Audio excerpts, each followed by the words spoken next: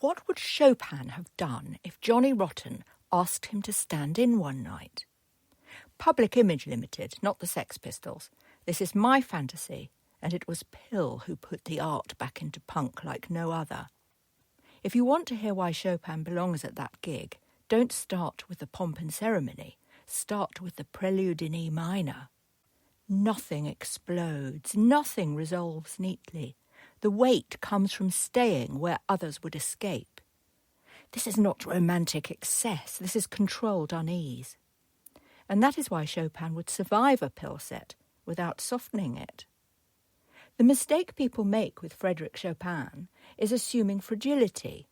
They hear delicacy and confuse it with weakness. They see intimacy and mistake it for smallness. Chopin was not fragile, he was precise.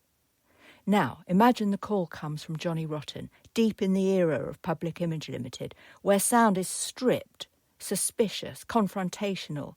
A band member is down. They need someone who won't panic, won't overplay, won't dilute the tension. Chopin would have understood immediately what was required of him, because this is exactly what his own music does. Chopin's genius lies in controlled exposure. He does not announce, he reveals.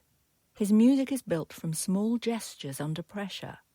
A melody that hesitates, a harmony that leads somewhere dangerous and stays there long enough to make you feel it in your chest. He weaponizes timing. He lets silence speak first. That's nerve. Johnny Rotten never pretended to be polite. He liked dissonance because it sounded like life when you stopped lying about it. Frédéric Chopin was hardly the tame salon ghost of legend. His dissonances are exquisitely dressed, but they linger like a raised eyebrow held just a second too long. Where Rotten weaponized ugliness to puncture comfort, Chopin smuggled unease into beauty itself.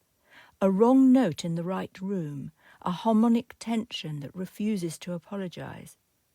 One spat in the face of the audience, the other let the audience realize, far too late, that they were already implicated. Chopin's sound world is private, but it is never passive. Every phrase is weighed, every rubato is intentional. He stretches time, not to float, but to test how much tension a listener can tolerate before release.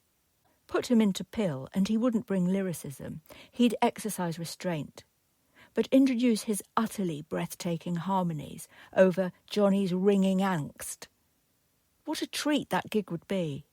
Sparse lines, dry articulation, short gestures that feel exposed rather than decorative. He'd understand that the power of the room lies in what isn't filled, that distortion doesn't need fighting, it needs placement. And that's the key. Chopin's music is unmistakably him because it doesn't try to dominate. It infiltrates, it sits next to you, it breathes when you breathe, and once it's inside your ear, it doesn't let go.